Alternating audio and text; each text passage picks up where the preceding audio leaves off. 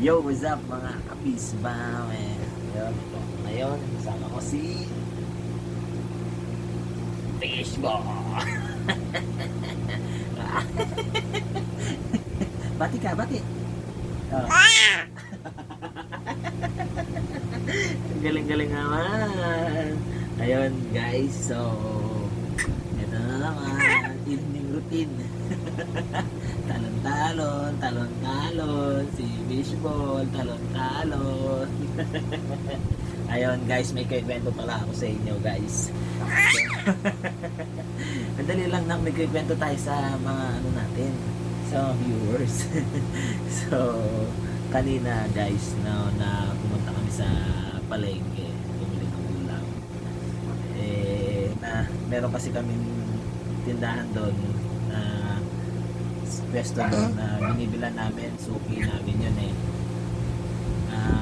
Madalas ako bumibili doon ng ano, na saluyot, ganyan. Na kung ano-ano, basta binibili ko doon mga dahon, saluyot, lokbate, okra, ganan. Ngayon kanina nga, kasama ko to, sinama ko, tumagtuwa eh. Tumagtuwa, sabi ko siya. Nung bibili na kami doon, nakita kami nung sugi naming pesto doon, babae. Sabi niya kay Fishball, si Saluyot ka? Si Saluyot yan? Sabi niya. Tinanong ako kung si Saluyot yan. Guys, tawa lang ako kanina.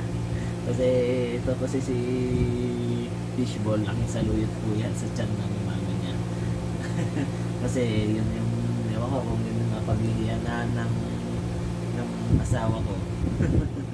kaya natuwa lang ako sa tindera, si Saluyot daw. Habang pinagbubuntis kasi ito si Fishball, malakas magsaluyot. Yung misis ko, binibilang ko siya ng saluyot doon sa mismo sa pesto na yon. Kaya nung napadaan ako kanina, nagulat din siya. Si Saluyot, oh, sabi ganyan. Si Saluyot, laki na ni si Saluyot. Ayun. Habang saan pangalan Saluyot boy, si Fishball. Kaya, yun guys, tingnan nyo naman. Napakaslaw si Saluyot. Oh, bate ka, bate! Bate! Bate! Bate, bilis! Bate! Ayun guys. So, tignan nyo po guys. Oh, lahat na lang guys. Oh, ikaw na. Oh, bilis. Ayun guys, si Saluyot guys. Napakalikot na niyo ni Saluyot. Si Saluyot.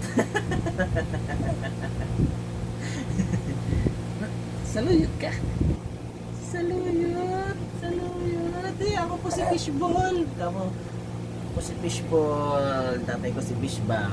Ayan, yun lang guys. Salamat. Bye-bye ka na. Bye-bye.